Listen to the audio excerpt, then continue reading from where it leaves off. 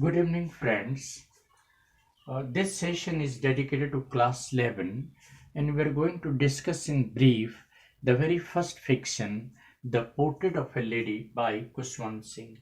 Well, you may ask the question, what is this story about? The Portrait of a Lady by Khushwant Singh is a beautiful story which elaborates the intimate relationship of Khushwant Singh with his grandmother. Khushwant Singh draws a pen portrait of his grandmother in this story. His grandmother is like any other grandmother, an old lady, and he loves his grandmother. She is old and wrinkled. Her face is wrinkled. She looked the same old for last 20 years. She had been a very kind hearted lady. She was quite an old woman. It was hard to believe that she had once been young and pretty. The thought itself was revolting that she had once been young and pretty. She had looked the same old for the last 20 years. Now, the Kuswant Singh just talks about his grandmother, and Kuswant Singh's grandmother was a short lady. She was fat and slightly bent. She couldn't walk straight. She had to keep one of her hands on her waist to balance her stoop. She always, hobbled about in the house in the spotless white sari, and she always prayed. Her lips went on praying, and she had the other hand, she had the bits of rosary. She went on counting the bits of rosary with her second hand, and with the first hand, which she kept on her waist to balance her stoop. She always prayed to God silently. She presented a picture of, tranquility and peace and contentment. That is how Kushwant Singh has depicted the lifelike portrait of his grandmother. She was really an embodiment of peace and contentment. The grandmother and the narrator were good friends. When the grandmother's, when the narrator's parent left him to live with her, she was the best friend of the narrator. They were having an intimate relation. They were good friends. His parents had left him with her in the village. They were always together in the village. They always, talked. She used to wake him up in the morning. She used to make him ready for the school. She used to feed him with the, thick stale chapatis, and she used to carry his bag to the school. She used to go along with him to the school because the school was attached to the temple. The there in the school, the children sat in rows on the ground, and they recited the alphabets. The school priest taught them the alphabets, and the children recited the alphabet in a song like manner. As the village school was attached to the temple, the grandmother spent her time by reading scriptures sitting there in the temple. While the children sang the alphabet and the prayer in a chorus, the grandmother sat in the temple and spent her time in reading scriptures and holy books. Then they would walk back home. While walking back home, the crowd of dogs gathered at the temple door, and she used to feed the dogs with the still chapati that she carried while coming to the school. Then the grandmother always fed the stray dogs chapatis. For that, they always growled and fought with each other.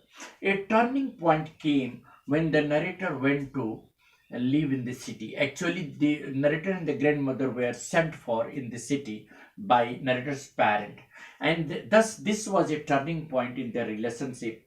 Now the narrator attended an English school, so he no more, I mean, needed the company of the grandmother. The grandmother didn't accompany him to the city school. Now he went to the city school in a motor bus, and therefore hardly see, I mean, like that school, English school, because there is he was taught English, science, and music. She didn't like teaching of science and English as well as music there, because there was no teaching of holy book about God and scriptures. She was quite upset. She believed that no education is without the religious learning, and therefore she disliked that school. Now she didn't like to sit with him and help him in doing the homework. So both of them, though lived in the same house, but they saw each other less and rarely. Now, when the narrator was sent to the university, he was allotted a separate room, and that really became an isolation. Now the grandmother took this separation as, as a helplessness. She couldn't do anything. She was not unhappy also. She knew that for his university education he had to leave the place. So he went to the university and got a separate room. Now this became another separation, and the bond of friendship got broken. The narrator hardly could meet the grandmother. The grandmother accepted her loneliness quietly. She bruised herself with a spinning wheel. She talked rarely. She relaxed only in the afternoon while feeding the sparrows. That half an hour was a pleasant moment for her. She relaxed and took rest only in the afternoon for half an hour. She often, was seen spinning the wheel and praying to God. The narrator, went abroad for higher studies. That was again a turning point. And after 5 years, when he came back, the moment was a celebration for her. She gathered all the women from the neighborhood and took a, drum, and she took the old drum and, collected the women from the neighborhood. She started singing and beating the drum for several hours. She sang the homecoming of the warrior. They had to, persuade her to stop, but singing and beating of the drum could make her tired. For the first time, she didn't pray, and the next morning she fell ill and she died. That is how the story comes to an end. So even the sparrows whom she fed, mourn her death along with the family members.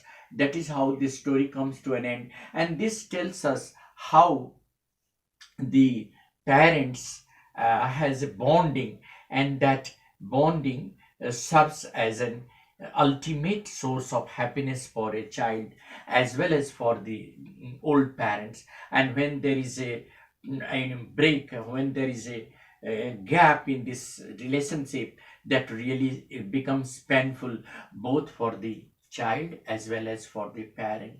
So this story at one hand highlights the years old traditions of the Indian life, where living with the culture and learning of our scripture becomes an essential part of life. On the other hand, it also highlights how the narrator was compelled to be isolated from the grandmother for the sake of his education. Even after getting education from abroad, when he comes back, she receives him with all the love and affection. Even when he goes abroad, she drops him at the railway station. She saw him off and touched his forehead with all the love and affection. The narrator really feels a great love for her, and that is how this story comes to a conclusion. Thank you very much. I am sure this briefing will help you understand the text well. Thanks a lot.